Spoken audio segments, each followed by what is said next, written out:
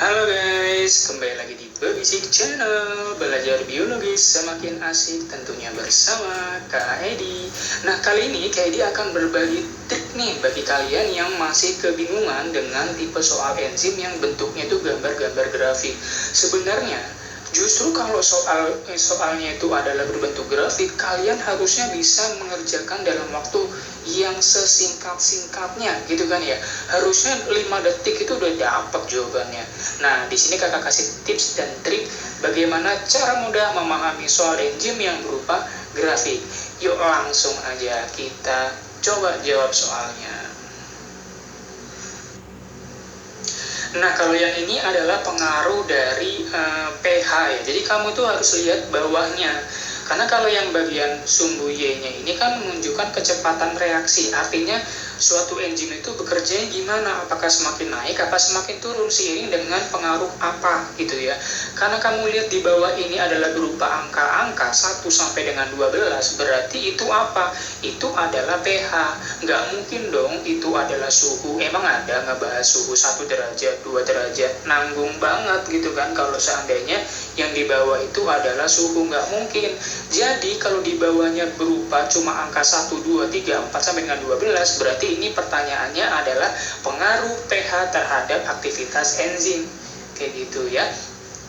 Nah, kamu juga harus tahu konsep dari pencernaan makanan. Jadi kalau yang namanya petialin itu dia gimana, suka dengan kondisi pH apa, pepsin dengan pH yang gimana, kemudian apalagi petialin bagaimana.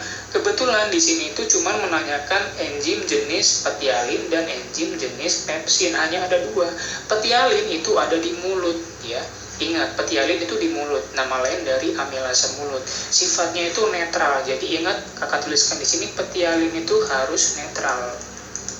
Kalau netral berapa? Kalau netral berarti harus 7. Yang A salah karena dia di kondisi asam di sini gambarnya. 1, 2, 3 itu kan asam. Oh iya, kamu juga harus tahu dong ya. 7 itu netral, di bawah 7 itu asam, di atas 7 basa gitu kan. Itu kan konsep kimia dasar. Nah, berarti petialin harus yang gambarnya netral. Mana petialin lagi? Di sini petialin ini netral ya, tapi di sini 8 ya. Ini kondisi 8.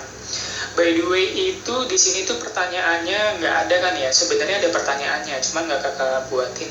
Di sini tuh pertanyaannya pepsin. Mana yang menunjukkan aktivitas pepsin? Itu dia soalnya.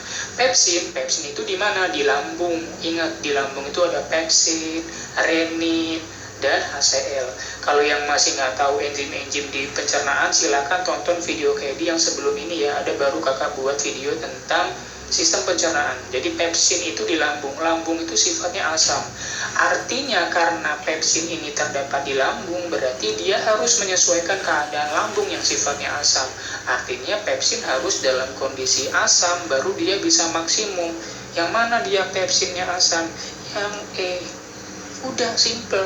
Kalau yang C salah dong. Yang C ini netral, pepsin itu asam. Yang ini netral, salah. Kalau yang D sebenarnya bisa aja benar, cuman cenderung salah ya. Harusnya sih 7 lah, 7 atau 7,5 gitu lah. Bisa, tapi juga itu bukan pertanyaannya juga gitu ya. Pertanyaan di soal ini adalah pepsin. Ingat, pepsin itu asam. Tripsin basa gitu ya. Nah, simple kan? Sekarang kita lanjutkan ke tipe soal yang selanjutnya. Nah, kalau ini sama, ini tentang yang namanya pH. Kenapa? Ya tadi udah tahu kan ya. Ada angka-angka yang kecil-kecil, yaitu 4, 5, 6, 7. Itu kan pH, nggak mungkin suhu, nggak mungkin kelembaban gitu ya. Nah, di sini pertanyaannya apa, Kak? Pertanyaannya adalah mana yang masuk dalam aktivitas enzim katalase. Katalase itu enzim yang terkenal saat kamu pembahasannya tentang enzim. Enzim katalase itu suka dalam kondisi pH yang netral. Ya udah langsung cari netral itu berapa. Netral itu sekitar 7 kan. Ya udah dapat langsung yang E. Nggak usah bingung. Ingat, yang namanya aktivitas enzim pasti dia ada namanya kondisi optimum sama minimum sama maksimum ya. Ada namanya minimum, maksimum sama apa namanya optimum. Nah, di sini optimum di sini. Pasti gambarnya kayak gunung gitu. Nggak mungkin yang ini, nggak mungkin yang ini, nggak mungkin yang ini, nggak mungkin yang ini. Kalau yang C nanti mungkin ada gambar kayak gitu tapi bukan pH ya. Jadi kalau udah ketemu katalase, ya udah katalase itu netral, cari yang netral. Netral itu berapa? 7, ya udah langsung 7, fokus ke 7, mana yang 7-nya naik, ya udah dapet yang E, itu ya kan, langsung. Nah, kita cek lagi ya soal yang lain ya. Nah, kalau yang ini kelihatan nih ada bacaannya suhu, jadi pengaruh suhu terhadap aktivitas enzim.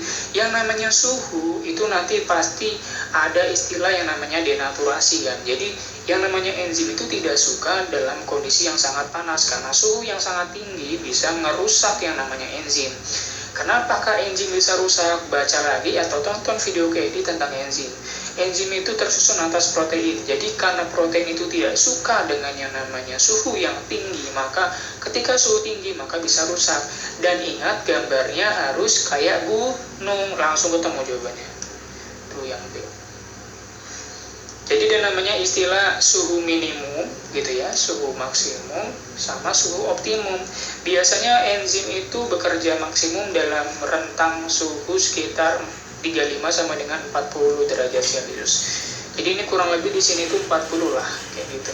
Kalau yang C ini apa nih? Konstan. Berarti dia mau suhu berapapun sampai 100 nggak rusak gitu ya, nggak logika lah. Apalagi ini yang E, makin bertambah suhunya sampai 2000 derajat gitu ya, naik terus gitu ya, nggak logika ya kan. Kalau yang D, semakin panas semakin rusak. Kalau 0 ini kan 0 kan, 0, 10, bayangin tuh, itu bayangin, itu ada angkanya 0, 10, 20, 30. Masa baru 0 dia udah aktif? Enzim itu butuh panas untuk mengaktifkan sifatnya. Masa baru 0 derajat dia udah aktif? Nggak logika. Apalagi gambar yang A, gambar apa nih? Gambar ketapel nih, nah, ketapel gitu. Jadi pakai logika pun juga bisa gitu loh untuk ngejawab gambar-gambar grafik yang bentuknya enzim. Pakai logika, dibayangin tuh kayak yang C. Masa dia datar terus kayak aduh hidupnya kayak hidup flat-flat gitu ya. Ibarat hidup yang flat lah. Gak ada bahagia, gak ada suka, ya flat banget, gak mungkin kan kayak gitu. Jadi gambarnya yang B. Nah, kalau yang ini pengaruh aktivitas enzim terhadap konsentrasi substrat.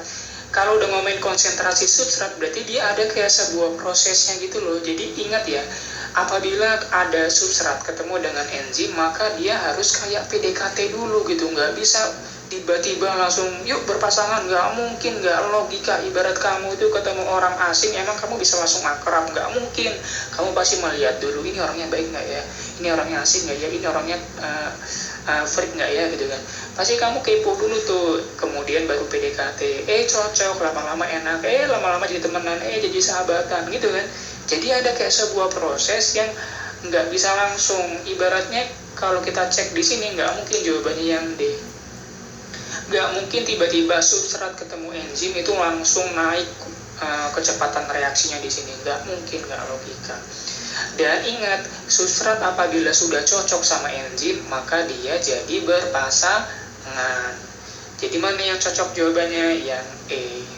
Jadi kalau nanti gambarnya adalah pengaruh substrat atau konsentrasi substrat terhadap aktivitas enzim, maka kalian harus jawab yang E. Karena nanti gambarnya itu kayak begini nanti.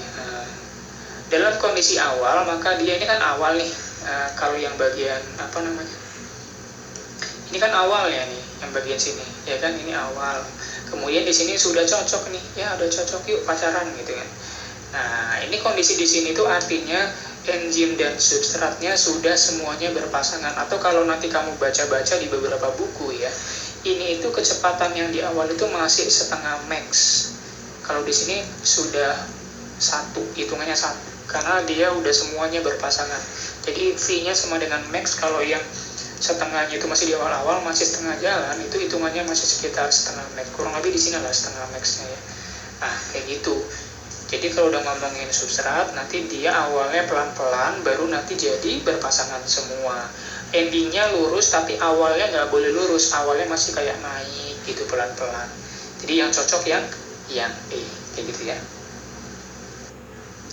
Oke, nah ini coba kalian jawab di kolom komentar ya. Kira-kira jawabannya apa? Nggak ada clue-nya, jadi nggak ada soalnya. Kak, soalnya apa? Pokoknya kakak mau tahu jawaban kalian apa, hanya melihat gambar. Dari soal ini, yang nggak ada soalnya apa, pertanyaannya apa, coba jawab di kolom komentar. Jawaban dari soal ini itu apa?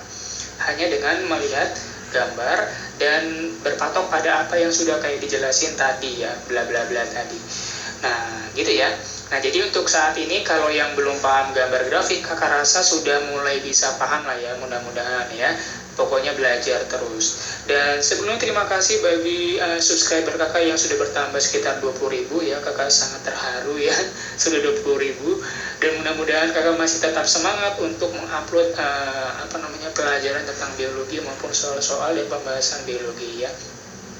Basic Channel, belajar biologi semakin asik tentunya bersama Kak Edi.